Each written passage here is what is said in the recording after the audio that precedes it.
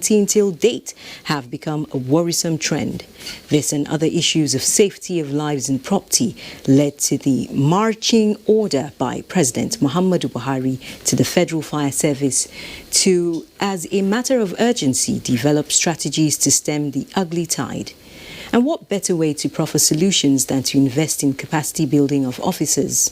And Katsina State in the Northwest Geopolitical Zone is the first port of call for the nationwide training for state fire services.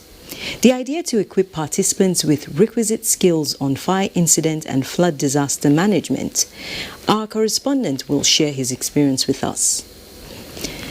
Now, talking education. In the early 80s, public schools from basic, secondary to tertiary education were known for high standards. And many government officials and policymakers of today are products of public schools. Then, along the line, private schools took over the academic space and it became a status symbol for parents to train their children in private schools. But with the school feeding program of the federal government and investments in public schools, many of the schools are gradually regaining their lost glory. We'll take you to Jigawa State, where public schools now enjoy high patronage from parents. And we're still on social services. Public transportation plays a major role in socio-economic activities as it is easily accessible and affordable. But there is a particular means of road transport which has provided relief to many Abuja residents but is now fast disappearing in Abuja. You'll get to know more.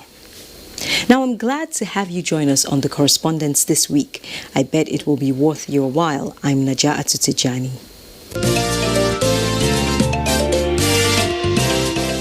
Now let's begin with the nationwide training for state fire services which took place in Katsina State following the directive by the President to the Controller General of the Federal Fire Service to map out strategies of combating the recurring fire outbreaks in the country. And now this is why the Federal Fire Service has flagged off a nationwide training for state fire service staff. The event took place in Katsina State, as correspondent Doyin Dia tells us. Limited resources and the needed manpower are amongst the factors said to be a militating factor to prompt fire emergency response in the country. Officers must be trained. The training is designed to improve the officers on the management of fire and other related incidents. Fire has no boundary. It can happen anywhere, and the quality of training received by the officers will determine how the fire incident is managed. Hence, in order to bridge the training gap between the fire officers in Nigeria, the Federal Fire Service is organizing this training, which is free of charge for state fire services. And to equip our youth with the required skill to pursue careers in diverse disciplines, not to mention the new window open the youth with interest in pursuing a career in a critical sector of disaster and emergency management. The training for state fire services, therefore, is in response to President Muhammadu Buhari's instruction to the Federal Fire Service for a rapid response to the ravaging fire outbreaks across the country. Incident command courses for firefighting, flood disaster management for flood. These are the major disasters we are having as a challenge to firefighters.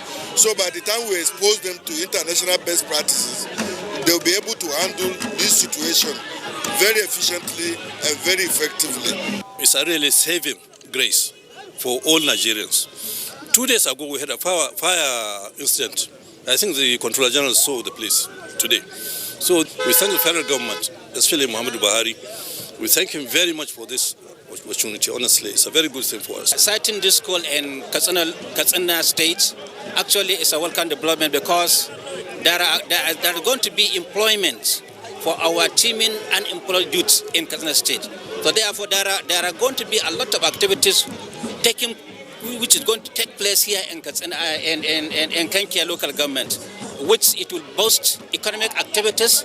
It will boost everything that you can know in the sectors of all the sectors of the economy. So we appreciate the federal government. We appreciate the fire service fighting this school here in Kankia local government, Kaduna State. The extension of the provision of fire services infrastructure into the various nooks and crannies of the state will make it faster for the federal fire service and the state fire service to respond. My expectation is that I'm thinking to get a full knowledge based on incident command and the disaster management. And from the takeoff, the way I'm seeing it, by God's grace, I will have what I desire to have. It will be recalled that President Muhammadu Buhari last year approved the recruitment of 2,200 firefighters and the purchase of 96 firefighting trucks to boost the capacity of the Federal Fire Service.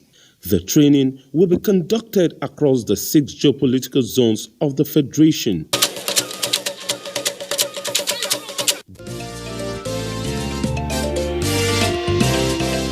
That was quite an interesting report. And joining us on the correspondence is Doyin Dia, who covered the first leg of the nationwide training for State Fire Service officers in Katsina State. Doyin, you are welcome to our studio. Thank you for having me in Najatu. Tell us, nationwide training for these officers, what can we expect and what is the intention? Okay, the nationwide training for state fire services is actually upon the instruction by the Commander-in-Chief of the Nigerian Forces, talking about President Muhammadu Buhari. You will recall that between last year and now, we've recorded series of fire outbreaks across the country with properties worth billions of naira destroyed and in some cases lives also lost. So the president gave a marching order to the Federal Fire Service to ensure that it come up with measures to mitigate against this rampant and incessant fire outbreaks across the country. And in his wisdom, the chief of the Federal Fire Service, the Controller General, talking about Dr. Liman Alhaji Ibrahim, came up with the concept of training state fire services, because if you look at it, one of the challenges they've had in the past is that some of the personnel of state fire services, some of them don't really have the requisite skills to attend to some of this development, and that was what led to the flag off of this program in Katsina State. So let me come in here. Requisite skills. What sort of skills do you need to fight fire that was addressed in this training? Okay, the training itself, it's called Incident Command and Flood Disaster Management for fire officers and men, and it's basically to expose them to some of the causes of fire, and especially that which has to do with fire outbreaks in public places and how they can respond swiftly, because one of the concerns that has often come on the front burner is the lack of prompt response by the fire service, and this as a result, in some cases you hear complaints about not having the manpower, and in some cases not having the equipment. So these to abreast them with the tips. Of course, they are trained firefighters, but you know, these are just like the global warming that we're having as a result of the global climate change. We have different situations now that is also leading to fatal fire, and these are just part of what the program trying to address, to equip them with the skills which will help them in their day-to-day operations. Now, speaking of equipment, could you show us some of what you brought and tell us a little bit about how these materials help to fight fire? Okay, this is called This is called the PPE, the personal protective equipment. If you see this, the jacket, it's reflective, especially if it's in the night and you're going for operation. You know, once there is a light, if a light reflects on it now, it makes you visible. People can see you and all of that. Then this is the hard hat. You wear it to protect yourself, because in some cases you might have to go into building. You wear it like this, so it covers. This cover protects your head, and this protects your eyes from the ray of the fire and smoke. So this what this stands for. And what about the material? Is it fire retardant? Yes, it's fire retardant. You can see it's very thick, and it has a second layer in it. And this is just to ensure that even when the fire, you come close to naked fire, it doesn't hurt you.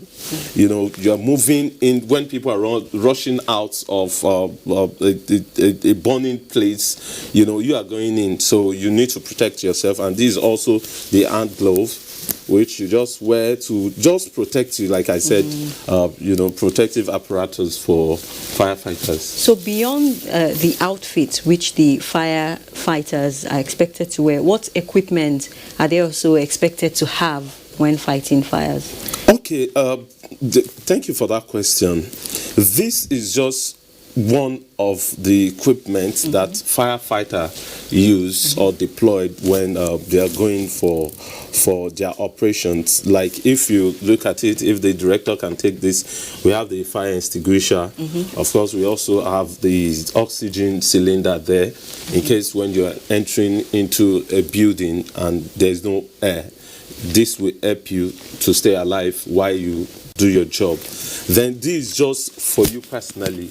We have other equipment such as, for instance, you've seen fire trucks, which is also part of what the government just provided for the Federal Fire Service. Yes, I was coming to that actually. Sometimes you've been out in the field, you go out, in fact, you're just coming back from the field, and with some of the reports that we've heard, a lot of Nigerians don't seem to believe in it. Why is this, from what you've seen as a correspondent? Okay, from my own personal finding and from my interactions with some experts in the insurance sector, we see that there is a decline in the patronage of insurance companies, especially for business owners.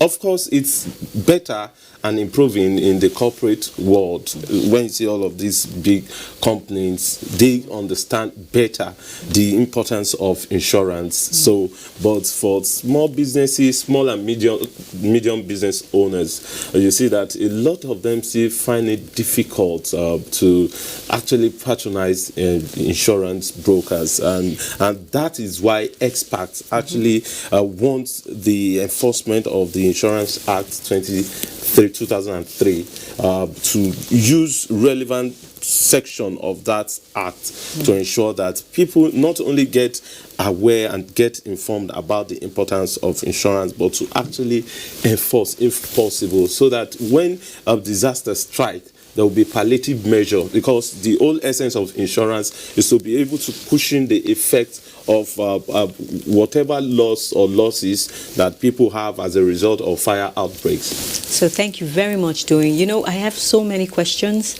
but unfortunately we're going to have to stop here. We might invite you again so that we can do a follow-up. I want to thank you very much. Thank you, Naja. But before I go, it is important for me to quickly also highlight that President Muhammadu Buhari graciously last year released over 20 billion to the Federal Fire Service, and this was used in purchasing over 90 modern firefighting trucks, with the approval for the recruitment of about 2,200 cadet officers who just passed out. Thank you very much, Doing. I look forward to inviting you again so that we can talk more about safety and what role citizens should play when it comes to preventing fire outbreaks. Thank you very much. Thanks for sharing your experience with us on Fire Service Operations, Doing. We hope to see you next time. Up ahead, disappearance of mass transit buses in Abuja. That's after the break. Join us again. You can follow us on all our social media platforms: Facebook at NTA Network News, Instagram at NTA Network, Twitter at NTA News Now, YouTube at NTA News Online. Or visit www.nta.ng. For live streaming, visit www.nta.ng/live. Now, you can stay updated on the go, be it on your TV, iPhone, laptop, or iPad, or download the NTA mobile application from your Play Store or App Store. NTA, you can beat the rich. Welcome back to The Correspondence. Let's take you to Jigawa State, where perception of public schools is changing for good. There are strong indications that concerted efforts of both federal and state governments to change the perception of Nigerians about the gap between public and private schools is achieving results, with more people enrolling their children in public schools. This may not be unconnected to improvement in teaching and learning environment in such schools. Let's hear from our correspondent Ibrahim Sani with the situation report. Nafisa runs and kicks. Amina runs past. Amina gets it. Adam cannot get it. Hen runs back. Nafisa is flat. Nafisa pick up box.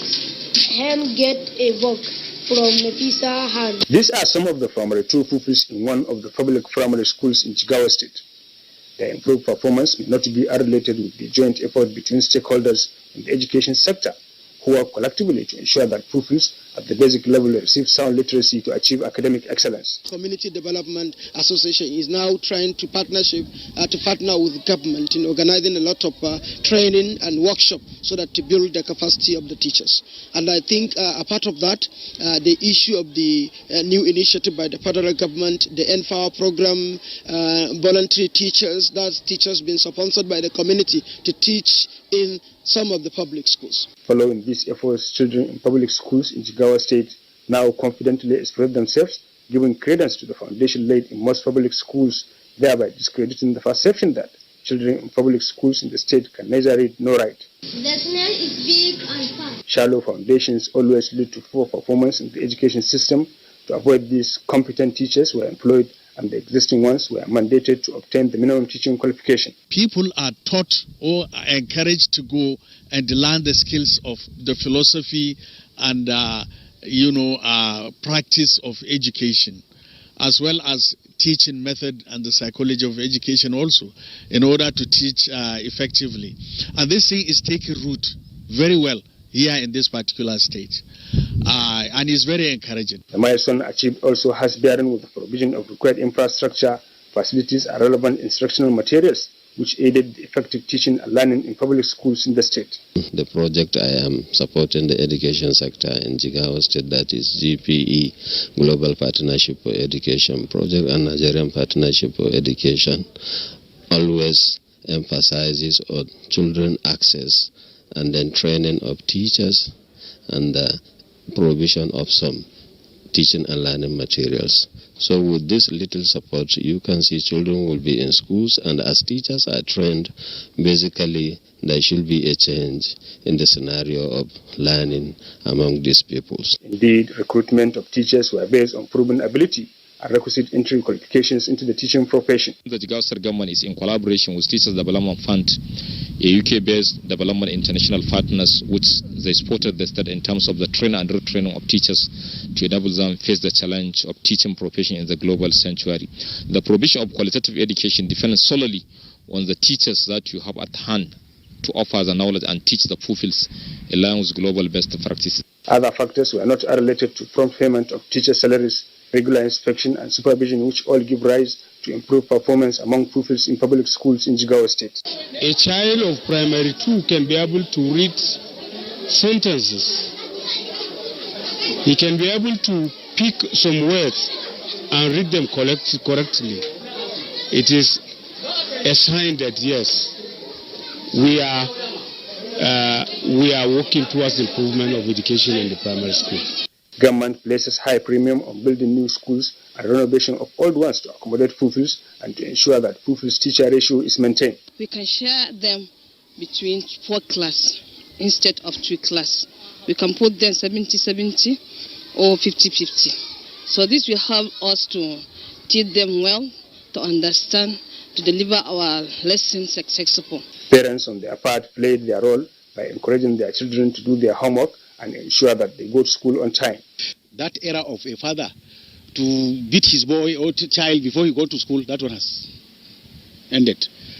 The era of students to be running away from schools, unnecessarily, that one is also matter of the first in Jigawa State.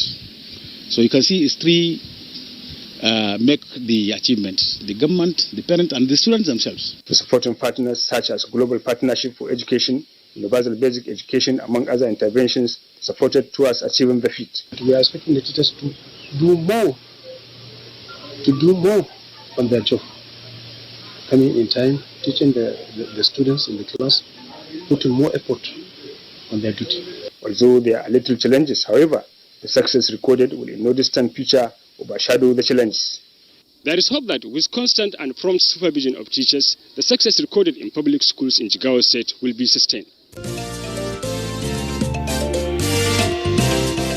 Hopes are high that with constant monitoring and prompt supervision of teachers and provision of child-friendly and conducive learning environment, the successes recorded in public schools in Jigawa State will be sustained for increased enrollment. Thank you very much, Ibrahim.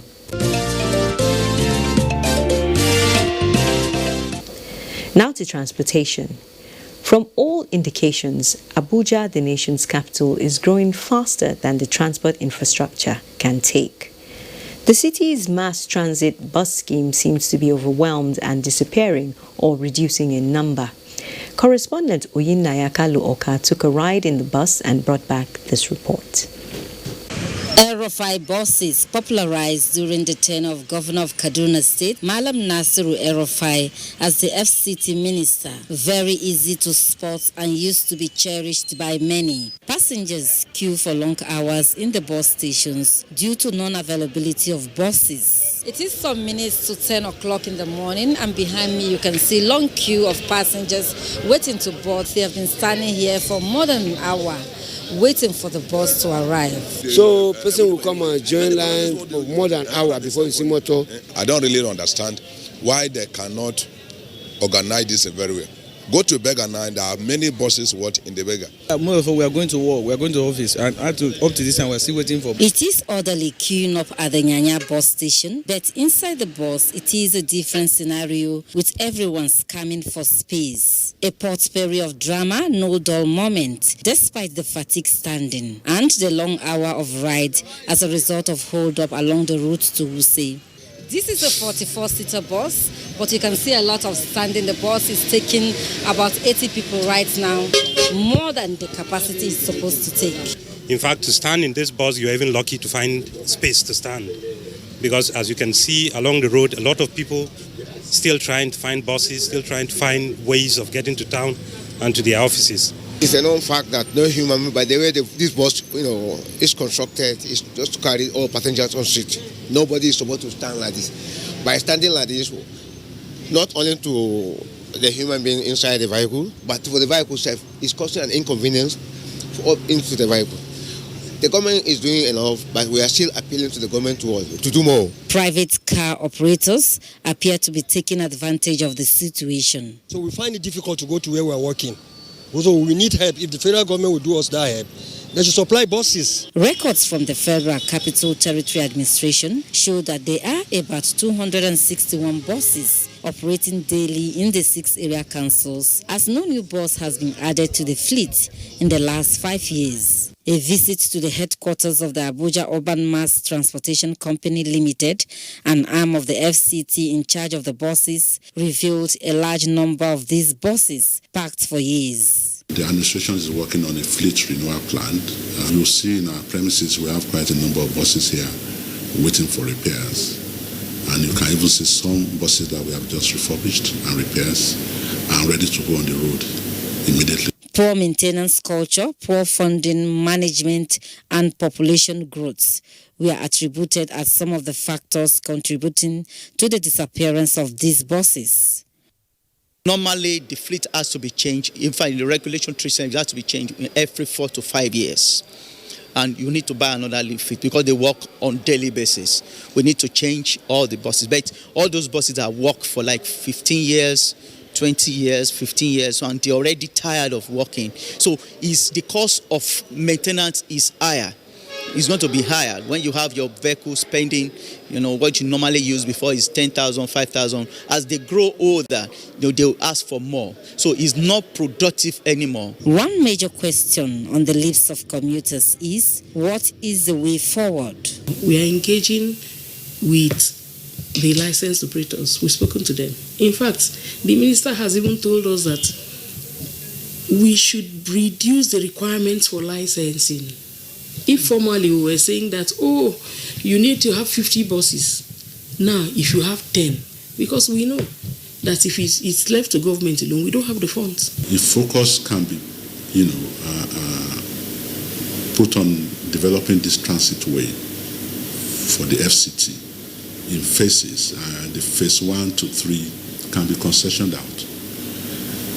And you can have proper bus schedule service on the transit way because it's only buses and the rail. If we are not even doing the rail for those transit way now, you can do it for the buses. And it can be achieved within a short time if it is concession to private sector. I'm sure it's economically viable for the private sector to do this. There are other transport infrastructure that are required for the city. There are needs for terminals. There are needs for more bus stops and for laybys. As the bus comes to a halt after a long drive, to most civil servants and residents in the FCT, this service must not come to a halt, as they appealed for urgent intervention. Indeed, Oyinaya, the need for the Federal Capital Territory Administration to revive the operations of the mass transit buses has become more urgent given the growing population of the city. Thanks a lot. And that concludes this week's edition of The Correspondence. Thank you for watching. We hope to see you again, same time, same station, next week on another edition. Remember to follow our Twitter handle at FUOLUANTA and use hashtag NTA Correspondence whenever you make a comment or ask a question. From all of us here, it's bye for now.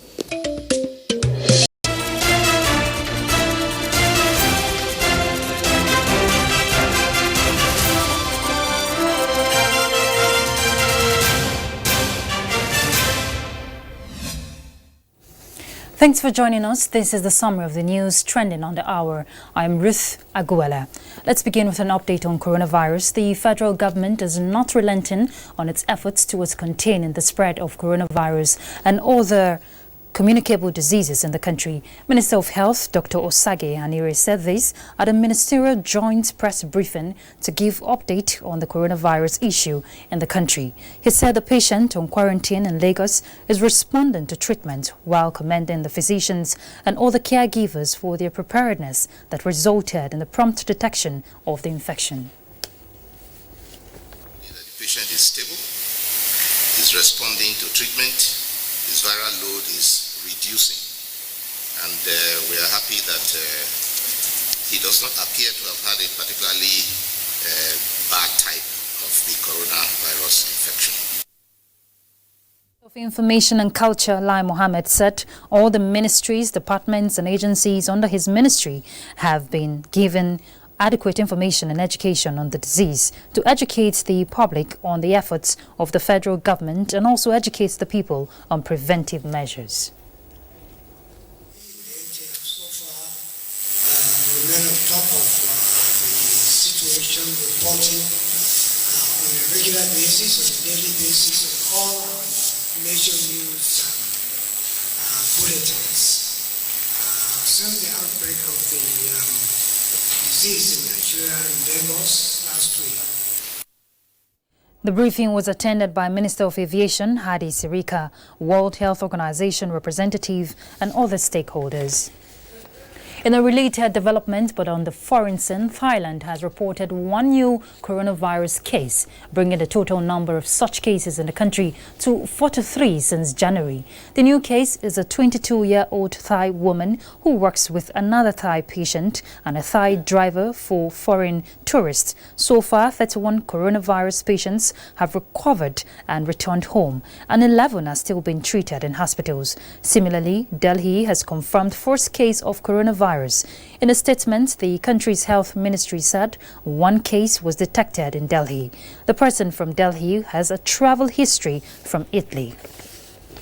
And back home on judiciary, the Supreme Court has adjourned to Tuesday, 3rd of March, the hearing of the suit filed by former Governor of Imo State, Emeka Ihedioha of PDP, seeking a review of its earlier judgment that sacked him. Counsel to Emeka Ihedioha, Kanu Agabi, SAN, told the court that he was served with a process this morning in court and needed time to respond to it. He made an oral application to court for Tuesday, which the court presided over by the Chief Justice of Nigeria, Justice Ibrahim Tanko Mohammed, granted. Meanwhile, the case of APC candidates in the last governorship election in Zamfara has also been postponed to 10th of March following non-representation and series of processes to the parties. The court has directed that the parties be served. The Supreme Court had nullified the election in which APC lost all its seats declared by INEC on the grounds that the party failed to conduct legitimate primary election as stipulated by the Constitution and party guidelines. And that's all we have for you for now. Thanks for your time. I'm Ruth Aguela.